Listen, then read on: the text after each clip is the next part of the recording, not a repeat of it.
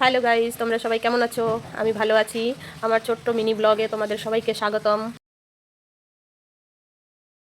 সবাই কাজে বেরিয়ে গেছে, আমি এই ফাঁকে সব কাজ সেরে নিই। মেয়ে একটু বেরিয়েছে, ছেলেও অফিস চলে গেছে। এবার আমি একটু ডিম টোস্ট বানিয়ে নিচ্ছি। গাইজ, আমার আগে একটা চ্যানেল ছিল, সেটাতে আমার প্রায় 2000-এর কাছাকাছি সাবস্ক্রাইবার ছিল, কিন্তু সেই চ্যানেলটা কেউ কিছু করে দিয়েছে না কি জানি না, কিন্তু আমার চ্যানেলটা বন্ধ হয়ে গেছে। আর প্রথমে আর একদমই ভিউজ টিউজ আসছিল না, তারপরে আস্তে আস্তে বন্ধ হয়ে গেছে। তারপরে আমি আবার একটা নতুন চ্যানেল খুলেছি। গাইজ, তোমরা সবাই আমাকে একটু সাপোর্ট করো প্লিজ, আমার পাশে থেকো।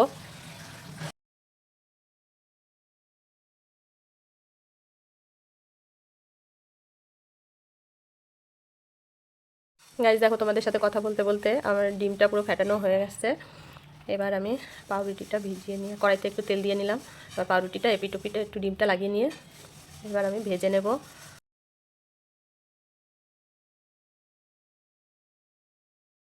গাইস দেখো, আমরা ডিম টোস্ট বানাচ্ছি আর তোমাদের সাথে গল্প করছি। আমার বাড়ির থেকে সবাই কাজে বেরিয়ে যায় সকাল সকালে, আর আমি সারাদিন একা একাই বাড়িতে বসে থাকি। তাই ভাবলাম যে একটু তোমাদের সাথে গল্প করি, তাই চলে আসলাম একটু গল্প করতে করতে। ডিম টোস্টটা বানাতে বানাতে তোমাদের সাথে একটু গল্প করতে চলে আসলাম।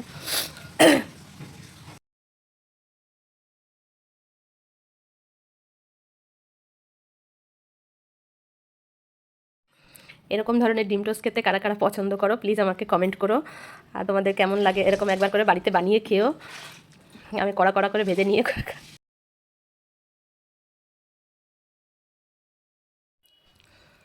দেখো গাইজ, আমার কড়া কড়া করে ভেজে নিয়ে খাবো। এবার এটাতে কড়া কড়া করে ভাজছি, এবার তুলে নেব। এপিট ওপিট ভালো করে ভেজে নিয়ে তারপরে তুলে নেব।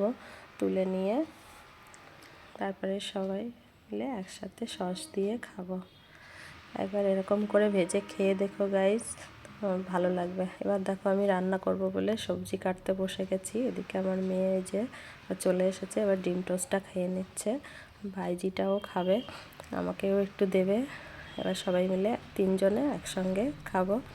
মেয়ে তো গেছিলো পড়া রয়েছে স্যারের সঙ্গে দেখা করতে, স্যারের সাথে দেখা করে এই বাড়ি আসলো, এসে ডিম টোস্ট খাচ্ছে, আবার বেরোবে।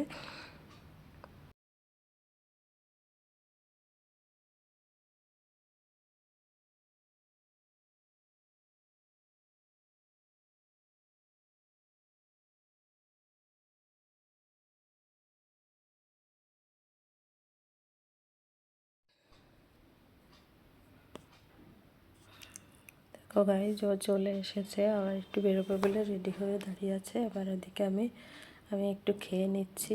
কি দারুণ হয়েছে টেস্টি। এবার ওদিকে রান্না করছি আমি। সবজি কাটা হয়ে গেছে, সব রকম সবজি মিলিয়ে একটা নিরামিষ তরকারি বানাচ্ছি ওদিকে।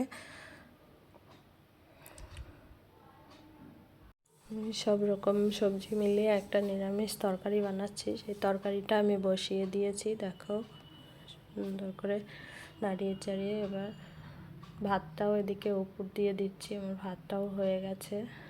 তোমাদের সাথে গল্প করতে করতে আমি এদিকে ডিম টোস্ট বানিয়ে খেয়ে নিলাম। আর এদিকে সবজিটাও কেটে নিয়ে সবজিটাও বসিয়ে দিয়েছি। এবার তাতে নুন হলুদ দিয়ে এর আবার নাড়ানো চাড়ানো শুরু করে দিয়েছি। আবার ওদিকে একটা আলুও কেটে নিতে হচ্ছে, একটা আলুও কেটে নিলাম। দেখো, আলুটা ছাড়িয়ে কি তাড়াতাড়ি করে আলুটা ছাড়িয়ে নিয়ে কেটে নিলাম। আলুটা কাটতে ভুলে গেছিলাম প্রথমে সবজিতে দেওয়ার জন্য, তারপরে এখন কেটে নিলাম। দেখো, আলুটা কেটে এবার আমি সব তরকারির মধ্যে দিয়ে দিচ্ছি। দেখো গাইজ, এটা আমার ভাইজি, ও এসেছে। ও আবার একটু তরকারিটা পোড়া লেগে যাচ্ছিলো, নিচের থেকে লেগে গেছে, তাই একটু নাড়িয়ে দিচ্ছে। আমি ভাতটা আবার গ্যাসে বসিয়েছি। ও ওইদিকে নাড়াতে নাড়াতে আমার সাথে গল্প করছে।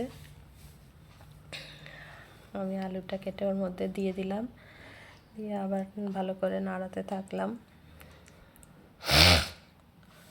জানো তো গাইজ, আমার খুব শরীর খারাপ হয়েছে, এদিকে ঠান্ডা লেগেছে এত পরিমাণে। এদিকে আমার মেয়ে আবার ফোন দেখছে, দেখেছো?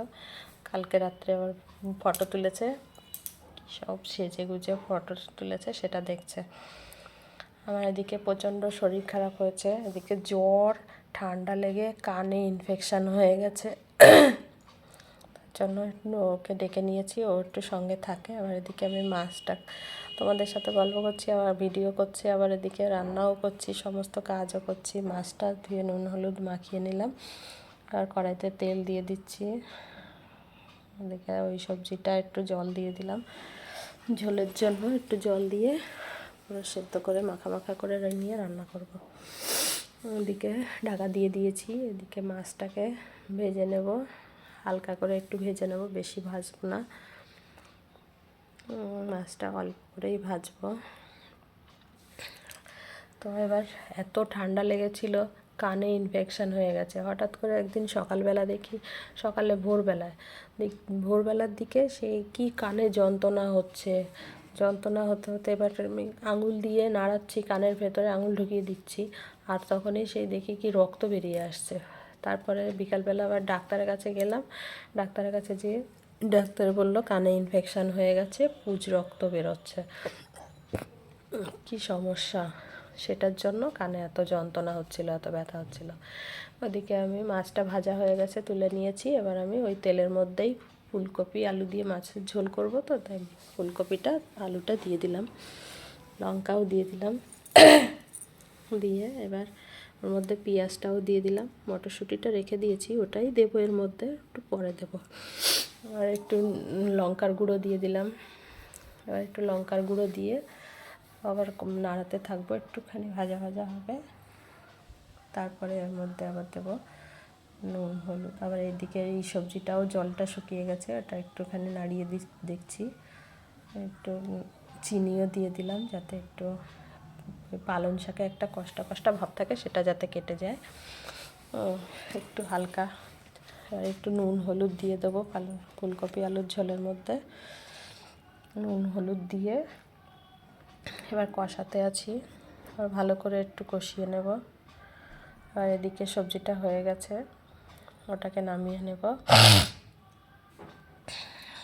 তো দেখো গাইজ, এদিকে আমি সবজিটা সব রকম সবজি মিলিয়ে যে তরকারিটা করছিলাম ওটা হয়ে গেছে, ওটাকে আমি নামিয়ে নিচ্ছি।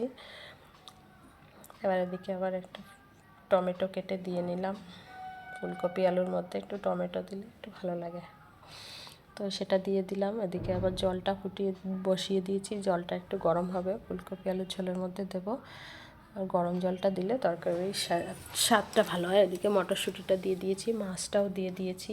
এবার একটু ভাজা মশলা দিয়ে দিলাম, ভাজা মশলাটা দিয়ে নামিয়ে নেব এবার। আর এদিকে একটু ফ্ল্যাক্স সিড ভিজিয়ে নিয়েছি, ওটা মাথায় লাগাবো। দেখো গাইজ, আমার মাছের ঝোলটা হয়ে গেছে। এবার এটাকে ঢেলে নিলাম, ঢেলে নিয়ে টাটা গাইজ, সবাই ভালো